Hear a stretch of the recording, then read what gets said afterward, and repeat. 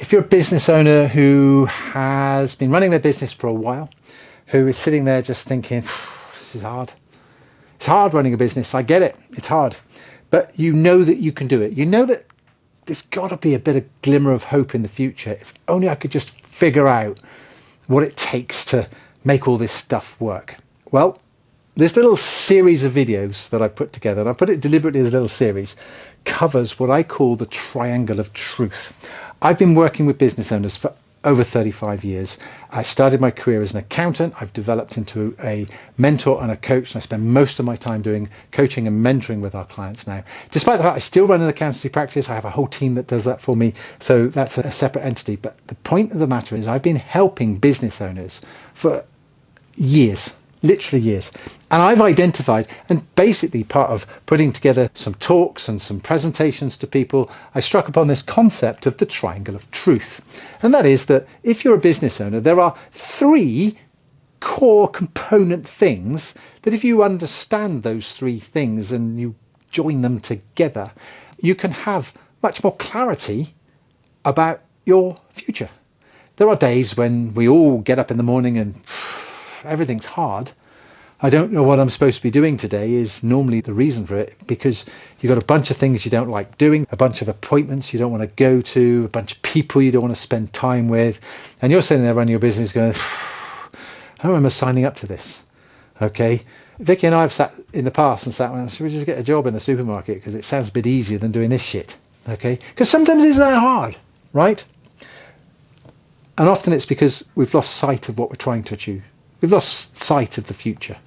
We've drifting into, oh, it's all gone wrong this week, it's all gone wrong this month, and we're dealing with the past. Okay, the past is important to understand, and this is why we need our bookkeeping and accounting system to understand the past. But we need to have some targets. We need to know what we're doing this for. Okay, we break our targets down, and we do this every day now. We have 90-day targets. We run a 90-day program, a whole 90-day program, to get people from where they are now to a result in 90 days, because it's just long enough to do enough work to make something meaningful happen and stretch you, but just short enough to keep it on the radar so that we believe stuff. If you're doing a turnover of £2,000 a year and you want to do 1 million, the million is a long way off at that £2,000, and you can get excited about it, but next month when you've done 2,500 and the month after you've done 3,000, that million can feel a long way off. But if we chunked it back and said, look, you're on target to do 1 million, but in this first quarter we've got to get to £10,000 a month, that's our first goal, suddenly getting to 5,000 is much more exciting compared to 10,000 than it is compared to 1 million. Do you see what I'm saying? So we're just chunking this back into something that's meaningful to get our brain to convince ourselves that actually I'm ready to commit to doing some work. And if we do the work and we track it, and that's what today's about, it builds confidence. And if we've got some confidence, well, that thing I did yesterday worked. Do it again. And I'll do it again. And it worked again. Brilliant. The next time you do it and it doesn't work, you don't have to worry. It's worked 2 times last week and only one. I'm still winning. Okay. And we're talking about your actions that you do every single day. So if you want to go and watch the whole thing about the Triangle of Truth, there's a link below. There's also in this series the past details, bookkeeping and accounting, and future details, where I talk about budgets and forecasts and targets. Probably like no other accountant has ever taught you how to do those things. There's no boring forecasting going on here. This is all about getting you excited about your future and identifying what your targets are. Now, if we know what our targets are for the future, and I sort of talked about in that video of keeping it dead simple, we want a sales target. Of course we want a sales target, but we also want a profit target. Profit is the most important thing.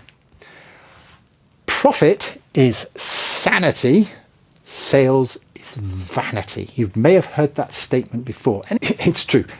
You're on YouTube now looking at this video. Just go and have a look at a few of the thumbnails that are pinging around you. How I did £1 million in a day, how I did my first million, how I did my 10 million. You'll thank me in a year's time. It's all sales related, sales. And I get it, because of course, as a business owner, you need to do sales. What I'm telling you, as an accountant, as somebody who's been doing this for a very long time, the most important figure that you need to be focused on is your profit figure. And if you focus on your profit figure, you will then know what your costs are, and therefore you will be able to calculate your sales figure. Okay? Profit plus costs equals sales. If you then know that your sales figure is a proper bona fide target that you can aim at, because it will give you the profit figure that you want. You don't have to declare the profit to the world. That's for you to know. Okay? You just need to know that that sales figure is meaningful, that makes sense. So if we want to be able to sell to X number of people, we need customers, and presumably you need more than one customer, and you want to sell them your thing, your widget, your service, your product for an amount of money, then therefore 10 of these at £1,000, okay, is £10,000. That's a simple mathematical equation, is that we take a number of units sold for a price to get a figure. Now, if that figure there calculated up equals your sales target, brilliant. That might be 10,000 a day, that might be a week, that might be a month, that might be a quarter, that might be, it doesn't matter how the calculation is. It's a simple calculation of you need to sell X number of things to get to the price. Now, you might have a business that's got multiple things that you sell. Great, got lots of choice. Here's something that you might not realize, is that let's say you've got 10 different products that you sell, and you sell them all for different prices. If you were to do some analysis in your bookkeeping and accounting system and go back and look at what you are actually have been selling, I suspect that there'll be an 80-20 principle going on here. Most things are 80-20, okay? So 80% of your results will come from 20% of the things that you do. If you look at the problems and challenges that you have with your customers, guess what? 20% of your customers will cause you 80% of your pain. You can prove it in the room that you're in at the moment. The flooring, the carpet, the floor, whatever the floor is made of, you will walk on 20% of the floor 80% of the time. The clothes in your wardrobe, you will wear 20% of your clothes 80% of the time. Okay? So the 80-20 rule. So you will find that you've got products that are better performing in terms of what generates your sales and your profit than you have with the other products. Now, why I say and your profit, because what we don't want to do is see that, oh, we generated £1 million worth of sales, brilliant, and it was mainly these 2 or 3 products of our 10 product list, but we didn't make much money because actually the pricing structure of these products isn't very good, and therefore we've got caught up in the sales but not caught up in the profit. I've seen over the years people outsource their sales to somebody else, given them the price list, and the salespeople have gone off and increased sales dramatically, and the only way they've done that is to discount the item. I recently had a potential new client that came to me, turning over 1.2 million in terms of sales on a product range that was about £1,200. So he'd cracked the code of selling this thing mainly online. And when I sat down with him and I did this exercise and we went down by the product, that £1,200 product he was selling was actually losing money. And he was doing 1.2 million and losing money. And guess what? The business ended up closing down because it didn't work. And the reason he was selling it at £1,200 is because he couldn't sell it at £1,800. And at £1,800 he would have made a profit. And so he was confused by his own data. And this confusion over data comes from not understanding the past data of your bookkeeping that you have to keep and not creating a proper budget and forecast. Go and watch that video and I'll show you what I mean by proper target figure. The target figure has to be, in my view, based around this profit figure. Because if we take the products that you've got, the multiple products that you've got, and you multiply it by the number of products that you've got here, each one of those will give you a sales figure of how many you sold. And that should be your target figure up there. But equally, you should be able to calculate your profit figure off the side of it, product by product by product. Many years ago, we had a client who was in the cake making industry. She started off making some cakes at home, supplying a few local cafes. The whole thing took off. People loved her cakes because she was brilliant at making cakes. She still makes them. And she got herself a 1,000-foot warehouse, commercial unit, put a bank of ovens, tables, and became, got herself into a commercial situation where she was making lots of cakes.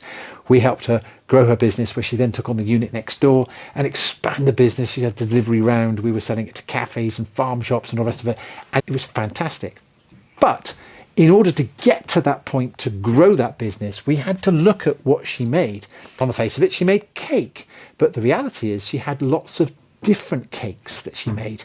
A lemon drizzle cake and an orange drizzle cake, pretty much the same thing, apart from one component ingredient was slightly more expensive than the other one.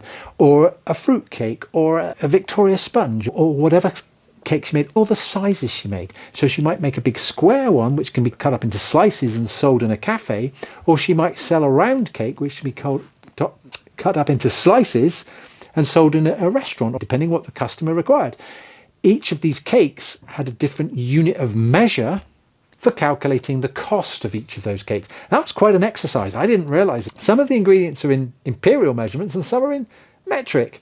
And trying to convert that on a spreadsheet nearly blew my head off. And how do you measure a pinch of salt? I mean, it was just quite a tough exercise. But we created a formula that enabled us to calculate the cost of everything that was done by recipe. And then when we understood the cost per recipe, we were able to scale that up and say, how many of each of these recipes did we sell? These cakes did we sell? We were able to look at our sales records and see that we sold 10 of those and 3 of those and 7 of those and 14 of those, to identify how we could then increase the profitability of each of those cakes. That was number one thing. And number two, how we could focus our efforts on the most profitable thing that we made versus just the most common thing that we made. Sometimes the audience would say, oh, I like lemon drizzle cake. And go, well, actually, we'd rather you bought chocolate brownies because there's more money in that. And so then your marketing changed. So we sold more of the thing. So still sold that as well. But we tried to convince the customers that they needed to buy this because it was better for us. And sometimes they bought both, which was great. So they got both out of it. But we were able to identify there were certain things that she made, particularly around seasonal trends like Christmas. She made this incredible Christmas pudding. Oh, it was absolutely amazing. But guess what? In order to make the same profit as chocolate brownies, she had to sell this thing for about 50 quid a pudding because it was that good, because the ingredients were really expensive in it, the alcohol and the fruits and stuff that she put in, and the time cost. It was very labour intensive to create these magnificent Christmas puddings that she made. And so we actually used that as a marketing trick. We made a set number. I think we ended up making 24 of them, selling them for a premium price, but using that as a marketing tool to generate new customers to go, look, you think that's good? You want to buy our lemon drizzle cake, you want to buy our chocolate brownies, because that really is good. So sometimes you have to use that. But the point I'm saying here is no matter what product or service you do, you might have a series of services you offer. Okay, you want to look at that. If you're a plumber and you do bathrooms and you do boilers, a bathroom fit out and a kitchen fit out and a boiler installation, they're 3 separate jobs that come with 3 sets of buggeration factor that you've got to build in and cost factor to work out what's more profitable. You also get a situation whereby you get premium jobs, like if you take a garage mechanic and you've got an engine rebuild to do. Oh, I like that because it might appeal to your sense of getting in there and fixing something and restoring something versus a standard MOT or an oil change or a standard service. But you can do 100 of those services versus the one massive engine rebuild. I can bet you, because I've seen the data, that doing 100 classic services will make you far more money than that one big engine build that might be worth £5,000. You'll lose money doing that job. Okay, it's the nature of the work sometimes means that job just isn't profitable. You might love doing it, but it doesn't bring in the profits. But if you did a bunch of engine rebuilds and that was 80% of your sales, you might be wondering why you're not making the same money as the guy down the road who just does MOTs and repairs. Acted for a garage once where they only did servicing on new cars. It was an independent garage, so it wasn't a dealership, but they really only dealt with cars that were 2 or 3 years old. And they then actually generated sales of cars within their community, whereby everybody in the community brought their cars back, and as soon as their car got older, they just didn't deal with old cars because they figured out what the code was for the most efficient thing that they do. And it's okay to say to your customers, no, I don't do that. So in our accounting business, we don't do bookkeeping and payroll. I could get a bucket load of bookkeeping and payroll work. But we don't. And when people say, oh, can you do my payroll? No. Oh, I thought you were an accountant. Well, I am, but I just don't do payroll. Why? Because there's no money in it. There is literally no money in it. But I've got a solution. Go to speak to these people who do only payroll, and they can do it really efficiently for you for £10, £15 a month. Job done. You don't have to worry about it. I don't have to worry about it because it's done properly.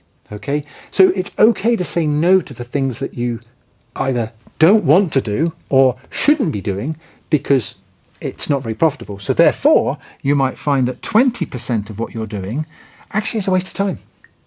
Well, how about stop doing it? How about get your time back? Ask yourself why you're doing it anyway. Sometimes we end up doing things because we're like, well, it seemed like a good thing to do. Okay?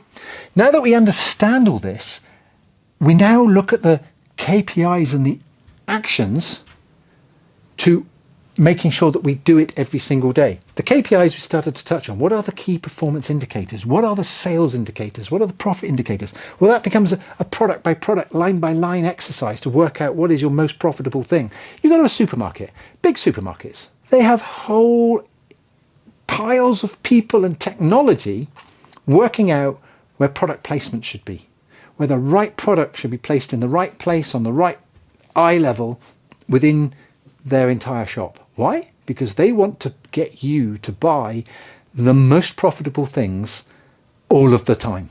So they're looking for fast moving, high turnover, high value, high profitable products. And they'll be using everything in their armory to get you into the supermarket, including selling things at a loss, where you go, oh my God, that's a bargain. And you go in and you find the thing that you wanted and you go, this is an amazing price, only to find that as you walk out, you've got a basket full of goodies or a bag full of goodies that you hadn't intended to buy. Okay, so these are tactics that you can use in your business in the same way to drive the key performance indicator. What is the thing that needs to happen? Now, for many, the key indicator, the action that they need to take is they need to do more of what they're already doing. Okay, I know Alex Hormozy talks about this, and it's a great little concept. You first do more, then you do better, then you do new. Okay, so we always want to be doing more of what we're doing. If you can get to a point where you're maxed out of capacity with your advertising and your marketing budget, whatever that may be, maybe it's networking events that you go to that drum up a lot of business. If you're going to one networking event a week and you really can't do any more, you're maxed out. But what can you do to make that better? Well, improve your script. Have a method for talking to people and exchanging contact details and not exchanging details with people who don't fit your ideal client. I do a reasonable amount of networking, and I've got an app on my phone that gives a QR code. They can get my details and I get their details. They go into my CRM system, but I only give that to people that I think that I want to connect with to do business with. If somebody says, oh, can I have your details, please? And I'm going, oh, yeah, of course you can. I don't really want to continue this conversation. I might pull out my business card and give them my business card, which has no details on it except my website. They have to go and apply to work with us. I don't work with everybody and anybody. I used to 30 years ago just take on every client I possibly could. And we had a period of time where we were taking like 10 clients a week. We were growing like crazy, taking on lots and lots of clients. This is how I know this stuff. I've been there, only to find that by the time we've taken on all these clients and grown our practice from 50 or 60 clients to 450 clients, all it did was make me miserable because I had a bunch of people in my world that drained my energy. They were the wrong clients. I was chasing the wrong clients. So if you're doing networking and you can do more of it, get better at it, okay, before you experiment with new. Now, if you're going to do something new, maybe you're doing networking and you think, well, I'd like to try some online social media ads, maybe Facebook or YouTube or Google or whatever, and you want to do some ads, right? Go do some ads. But keep doing the stuff that you're doing that's working. What a lot of people do is they do a bit of networking, they pick up a few clients, and they get bored with it, so they try something else. And they get bored with it, and they do something else. That's my honest answer, is people just get bored. Because if you didn't get bored with it, you'd do it and you'd get really good at it. So you've got to change your energy around the thing that you do. And you change your energy around the thing that you do because you know your past data, you know your future data, and you know what you've got to do then to achieve those future targets. And this is where targets is sitting as an outlier. This target down here, is kind of the outlier. We want to look at the past data to give us some future data so that we can get a target, so that we can say, yes, I need to do a sales target of X. But in order to do that, I need to sell these particular offers, these particular products at this price to get me to that target. Therefore, I must go and do the following activities. I must make the sales calls. I must meet the people. I must put out the adverts. I must send the letters. I must send the emails. Whatever it is that you've got to do, there's a million things you can do with marketing. If you can put your marketing to work, that it then becomes measurable against the actions and the KPIs that you're trying to get to your targets, you're then going to have a much better sense of, I know what I need to do today. And this is why we help our clients break things down in a 90-day chunk. Because if you said, my sales target for the year is this, great. What's it in the next 90 days? I'm not worried about a year time. Let's get the next 90 days. Because if you can get it to work really well in the next 90 days, then all we've got to do is do that 3 more times. And then you've hit target. But what have we got to get to work? What have we got to make function like clockwork? What habit actions have we got to do? Well, when we start reviewing that 90 days after the first week, hey, I was going to do 3 YouTube videos this week and go to 3 networking events. And then on the weekend, you have a little review and you go, well, I didn't do any YouTube videos and didn't do any networking. Why? Well, I was busy. Busy doing what? Well, I had this and that. And that. That's me, right? I didn't do any of the things that I said I would do. So what went wrong? Well, I didn't prioritize it. Okay, well, I've lost a week now and I had a target to hit this in 90 days. Shit, I better get things changed. So next week, I'll reprioritize. I'll grab hold of my calendar. I'll block time out. I'll tell everybody to go away and leave me alone. Let me do this thing. Or I'll put in the extra time in the evenings to make it happen so that I can then build it and make something work on a basis where it's just a habit. And if you were marketing every single day and you were chasing new business every single day and you were winning new business every single day and it just was a habit, the whole thing would be a whole lot easier, especially if you're tracking it back to your 3 numbers. So this gives you a certainty, this gives you a commitment to do it, and then this followed by the confidence that what you're doing is right. I hope in some way all of this has helped. There are 4 videos in this series. This one here, there's one on budgets and forecasts, one on the bookkeeping, and in the link below is the link to the main video to give you the whole basis of all this. If you've got any questions, leave them in the comments, because I want to do a load more of these, but it'd be really useful if I could use some of your questions to get a really valuable answer for you. Anyway, see you soon.